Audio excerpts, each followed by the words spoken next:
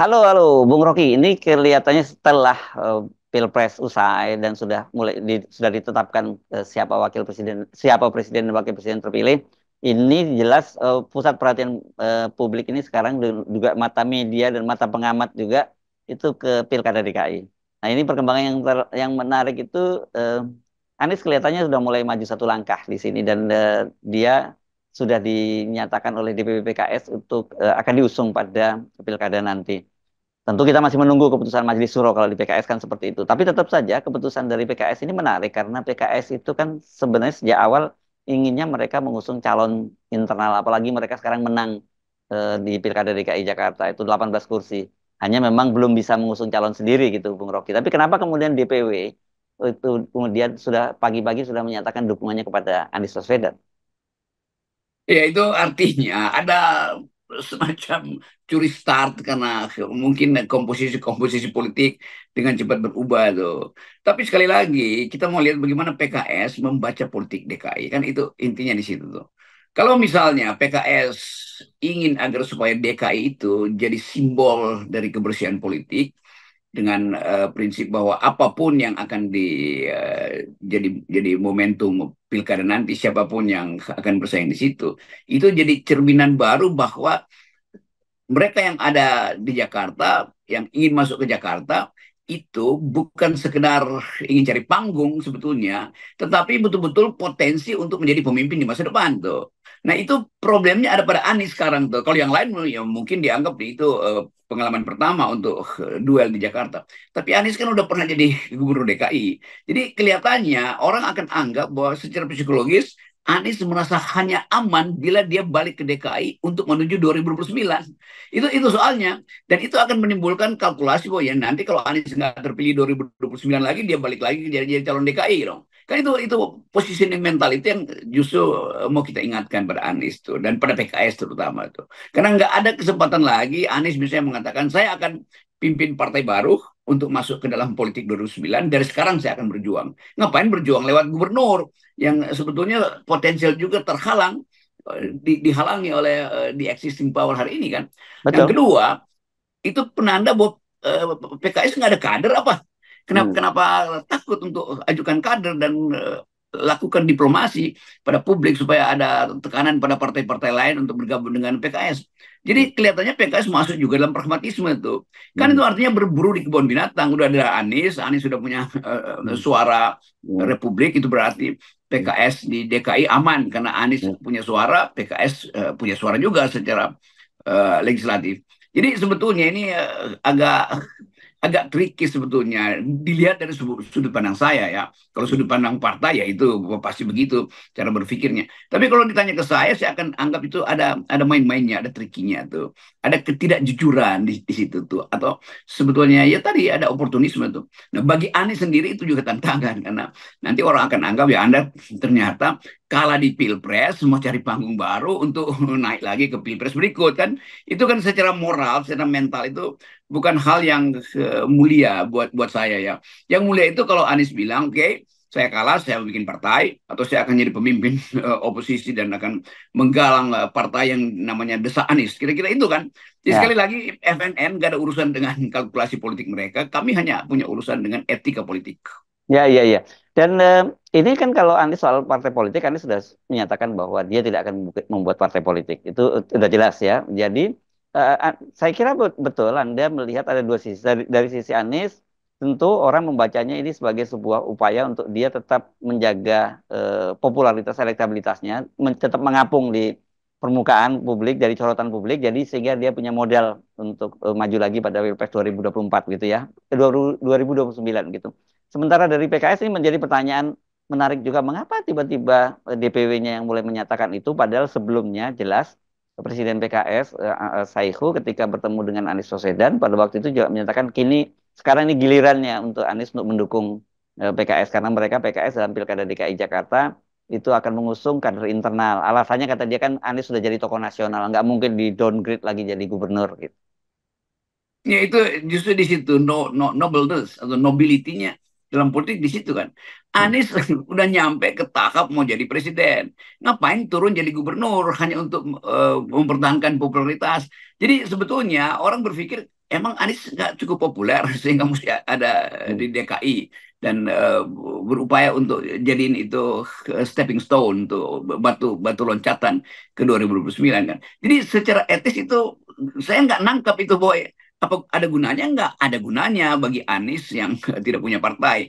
Ada Hmm. gunanya bagi PKS yang ingin cepat-cepat dapat kepastian. Tetapi bagi demokrasi nggak ada gunanya itu. Jadi Hmm. tinggal dipilih mau dipakai value demokrasi, yaitu kesempatan orang lain untuk berkompetisi juga mesti dibuka kan. Jadi kalau Anies terus menerus itu sama dengan Jokowi terus menerus di tingkat nasional kan, apa Ya. bedanya?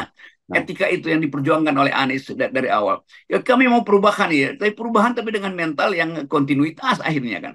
Itu hmm. yang kita mau tagih itu. Kita selalu ingin berpikir radikal. Sekali Anda sebutkan change itu adalah target kita, ya kalau begitu for all dan sepanjang garis politik mesti begitu. Kalau sekarang yang terjadi justru adalah teori Pak Jokowi. Kalau nggak jadi presiden lagi di 2024, ini karena dihalangi oleh PDIP, tiga periode segala macam, maka dia suruh anaknya untuk lanjutkan itu. Sama aja. Jadi Anies menyuruh dirinya sendiri untuk tetap berada di dalam lingkungan politik. Itu konyolnya di situ tuh. Walaupun Anies teman baik saya, teman baik kita, tapi soal soal kritisisme terhadap manuver-manuver yang sifatnya oportunistik itu Ya. sedikit menjijikkan sebetulnya tuh. Ya, bagi PKS saya kira sebenarnya juga kalkulasinya pragmatis ya, Bung Rocky, karena idealnya memang seperti dikatakan mereka harusnya punya keberanian dong dengan memenangkan kontestasi di DKI Jakarta lewat pemilu legislatif. Mereka dan mereka juga punya kader-kader yang bisa diajukan. Tetapi saya kira ada kesadaran di antara mereka bahwa kader-kader mereka tidak cukup populer. Dan berkaitan dengan soal popularitas ini kan juga berkaitan dengan peluang untuk terpilih. Dan itu juga kalau peluang terpilih itu berkaitan dengan siapa pemilik modal yang akan mendukung. Kan kira-kira begitu.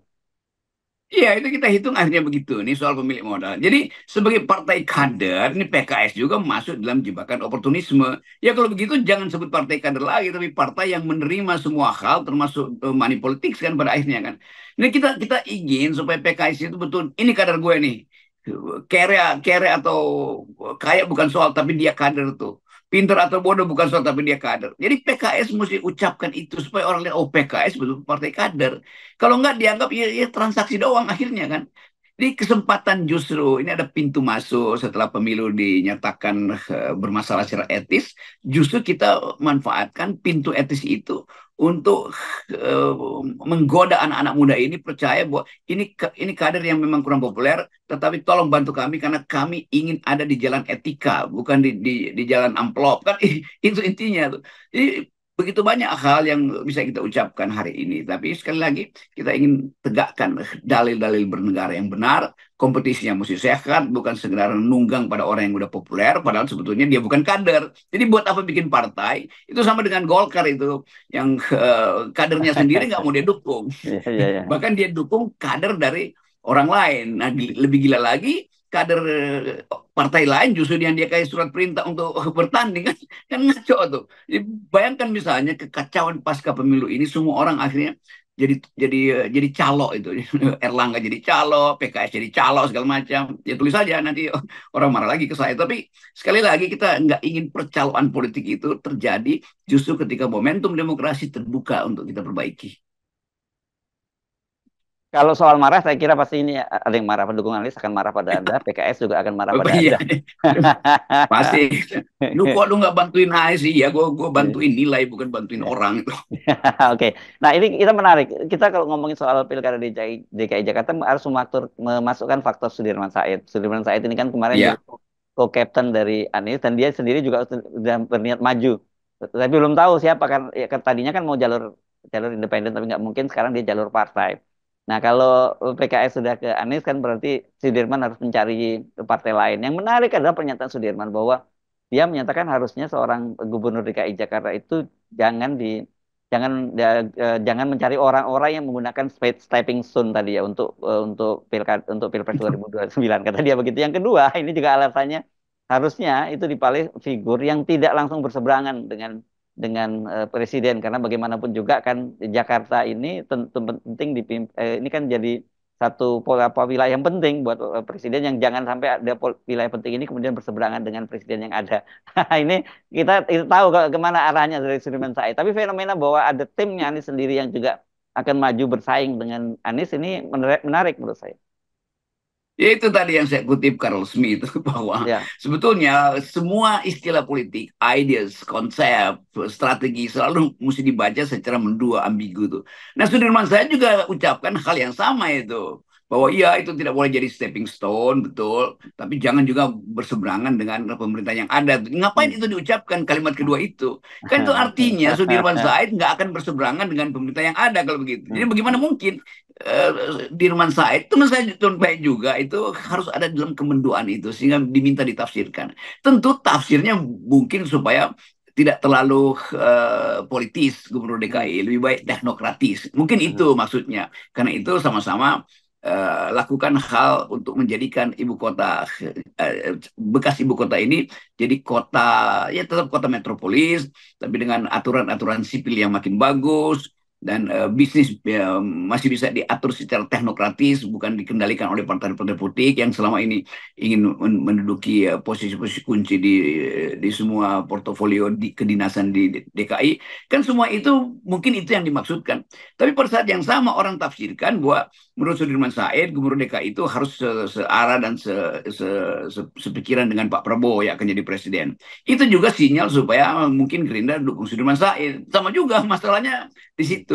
Jadi kita lihat bagaimana kecerdasan berpolitik itu harus kita komentari terus-menerus supaya rakyat itu tidak dijebak oleh kalimat-kalimat ambigu seperti tadi itu. Nah, kita mau lihat bagaimana pada akhirnya dua teman ini, Anies dan Sudirman, akhirnya bersaing di DKI. Lalu orang bertanya kenapa mereka bersaing? Bukannya dulu mesti udah ada gentleman agreement bahwa kalau gue maju DKI lu dukung ya, atau sebaliknya kalau dia yang maju gue akan dukung tuh. Nah sekarang pertanyaan publik apa yang menyebabkan persaingan di kubu Anies sendiri itu antara Anies dan Sudirman Said. Tapi sekali lagi itu kita biarkan dulu itu prosesnya. Nanti kita kita mungkin dalam 1-2 hari ini ada sikap baru di antara mereka tuh. Tapi kita tunggu sebetulnya keterangan resmi PKS karena yang ngomong baru DPW kan bukan Betul, bukan ya, ya. Dewan Majelis Suro. ya Majelis Suro harus ya, itu keputusan di Majelis Suro. Tapi lepas dari situ Yes, ya, lepas dari mereka para figur dua teman yang dua sekutu yang kemudian nanti mungkin bisa jadi seteru, seteru gitu ya dalam tanda petik itu buat kita, tapi kita harus melihat bahwa Jakarta itu justru bukan berarti karena tidak menjadi ibu kota lagi, bukan menjadi daerah yang tidak penting lagi. Justru menurut saya menjadi lebih penting dan di tangan siapa Gubernur DKI Jakarta itu menjadi lebih sangat penting lagi sekarang, Bung Rocky. iya itu pentingnya kita tahu siapa yang akan memimpin Jakarta dengan konsep yang bukan lagi basisnya politik karena ini ibu kota bukan lagi ibu kota kan. Jadi tetap orang akan lihat kenapa ada persaingan ya atau bahkan akan ada permusuhan. Jadi kita bayangkan misalnya mungkin terlalu berlebih-lebih kalau kita bayangkan permusuhan antara Anies dan Sudirman Said itu sama dengan permusuhan antara Mahathir dan dan Anwar Ibrahim di masa lalu.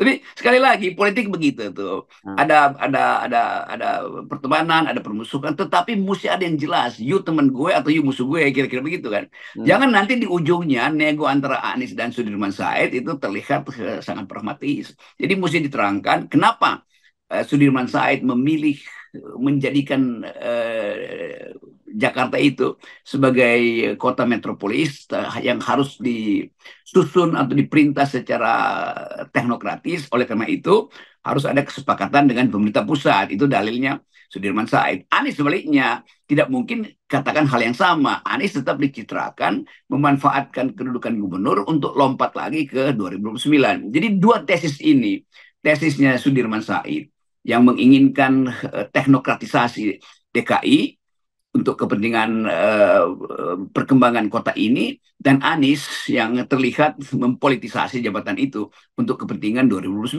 Ini dua dua dua tesis yang menarik untuk diadu di dalam talk show nanti.